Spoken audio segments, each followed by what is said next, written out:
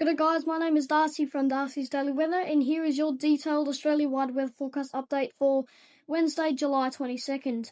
Now, it's quite a calm and collected picture across Australia for the most part. We just have this mess of cloud moving through parts of New South Wales. It's really nothing to talk about, maybe just a few hit and miss showers along the coastal regions. But we do have this cold front currently sweeping over Tasmania, bringing some gusty winds and a few showers here and there. But we have a polar blast expected to come over from tomorrow. Now, this is really going to be quite a what's through tomorrow and into Friday. We could see some big time snowfalls coming along with this cold air mass just behind it. And you can actually see this in the 850 HPA level. So tomorrow we have this very cold air mass coming through Thursday. Well, I wouldn't say it's the coldest air mass, still could produce some snow flurries along the south coast. You can see temperatures are pushing 6-, which is really quite good for this time of the year, but we could see some really decent snowfall accumulations in the next couple of days. You can see through tomorrow we will see accumulations somewhere around the 20 to 30 centimetre mark over central Tasmania and especially into the high altitude areas. But rainfall-wise, we will see some good falls through tomorrow and especially into Friday, where we could see some of these good falls reach potentially 50 mils in just a few spots. But the ECMWF could be overestimating these falls. You can see in the next 4 days, I would take this with quite a medium pinch of salt. So the ECMWF could be a little on the aggressive side. But you can see snowfalls could really get quite decent across high altitude areas of Tasmania, but Hobart really is just protected by this and really is just going to be anywhere in central and down to the south coast of Tasmania.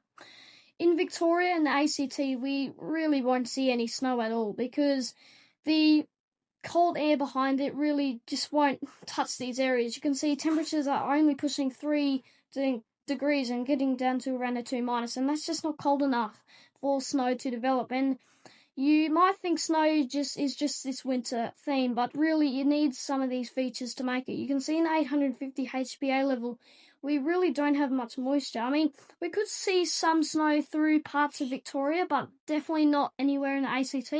We could see some snow very isolated, but in nature across areas into Falls Creek. So anywhere along the snow forecast really only falls of maximum of 2.5 centimetres is just a possibility over Mount Hotham. So really, it's certainly not much. And anywhere around the Mount Hotham area or those snow resorts, they're really going to be left behind with very little rainfall. But the areas over Tasmania are certainly going to be in the watch for some good snowfall. We could see falls pushing 40 centimetres in a few spots. And this is quite a good winter system. I'll say that in plain English. It's quite a decent winter system. You can actually see here on the pressure, we will see strong winds as well come with it. You can see on the isobar, so these little squiggly lines pushing through, they are quite close together, which means there are some strong winds with it. And you can see on the wind gust map, we got some pretty decent winds pushing through tomorrow with peaks pushing 110 kilometres. And this will affect parts of Hobart and into Tasmania, where some damaging winds pushing 110 kilometres are possible along the south coast.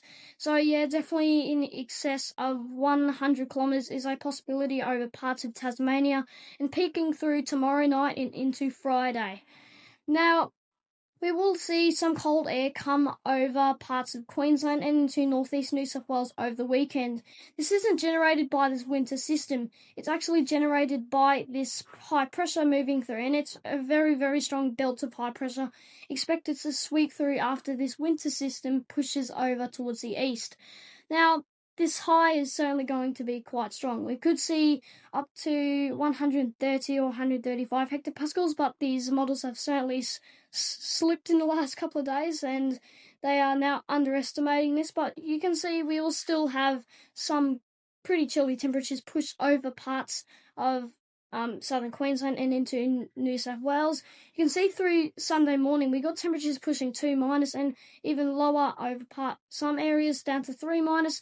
And over the Alpine it could really get quite cold in the next couple of mornings. You can see pushing down to 5- in a few spots on its peaks.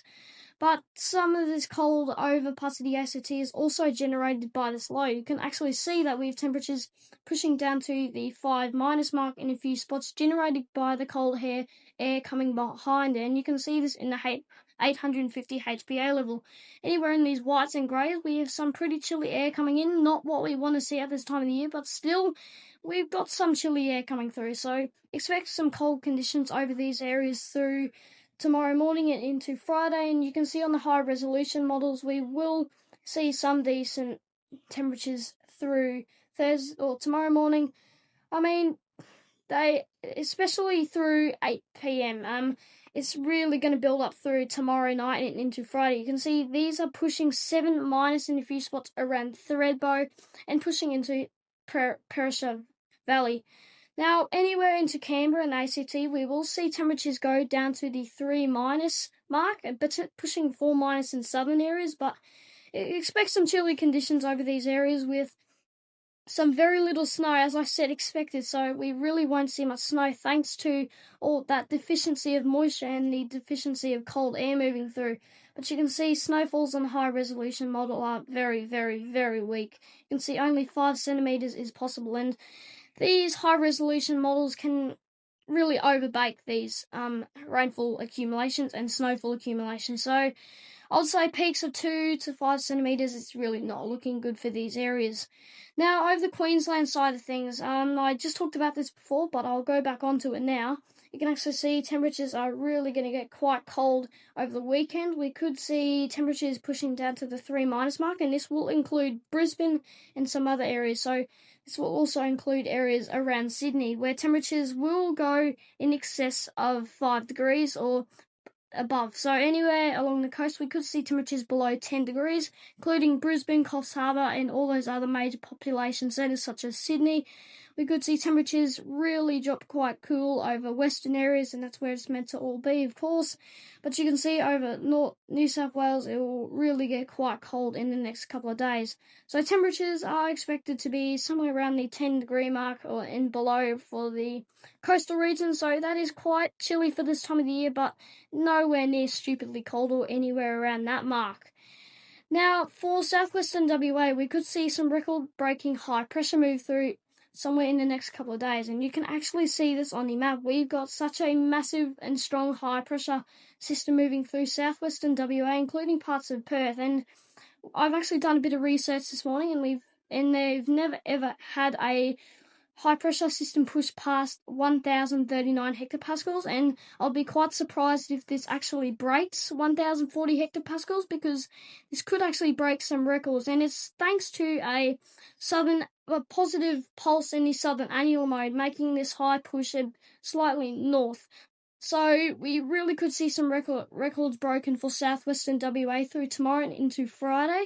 And Friday and Saturday look to be the calmest for the southern coast, and including Perth, where very little falls are expected thanks to this high. And you can actually see this on the map. In the next 2 days, we have nothing in the way of rainfall thanks to all these high pressure systems. But in the next couple of days, I'm actually getting this interest for the last couple of days of July. But you can see in the short range forecast, really, we just have nothing out of the ordinary for parts of Perth and into the south coast. Just a weak cold front moving through, a couple of showers and all that, but definitely nothing too serious. But as we push out to the last days of July, respectively, you can actually see we have this strong low pushing through parts of eastern WA, and this will actually push up to some northern areas such as Geraldton into Jurien Bay, potentially up to areas south of Carnarvon. Now, models are quite murky as of this now, but we could see some really significant rainfall come out of this. You can see 7-day rainfall accumulations are pushing 100 mils and above for parts of Perth. And yes, this is the Perth Metro Centre. We could see some really heavy falls anywhere in this blue outline thanks to this potential low. But you can see there are some congruencies between models. And if we go back onto rainfall accumulations, there are some quite big differences, and you can see on the GFS it's quite on the lower side, I will say. You can see down to 20 mils along the south coast, but on the ECMWF quite different. you can see 30 to 80 mils and pushing 110 mils around Perth, whereas the GFS is calling for somewhere around the 3 to 5 millimeter mark over Perth. So big differences in those major modelling. The Icon is really not calling for very much. You can actually see this on the forecast. Nothing in the way of any rainfall at all. And the Access, yeah, really, definitely not much. So the ECMWF could be overbaking this, and we could see, but still, we could see some really good totals out of this if this actually comes true. But I think the ECMWF is overbaking the system a little bit. So I'll keep close eyes on the system in the next couple of days, but it's certainly going to be quite an interesting watch as this unfolds. But yes, certainly an interesting watch, I will say. But that will wrap up today's forecast, and I will catch you on the next one. Anyways, if you enjoyed this video, go over and give me a follow and have a like at this video while you're at it. Anyways, have a great day. Goodbye.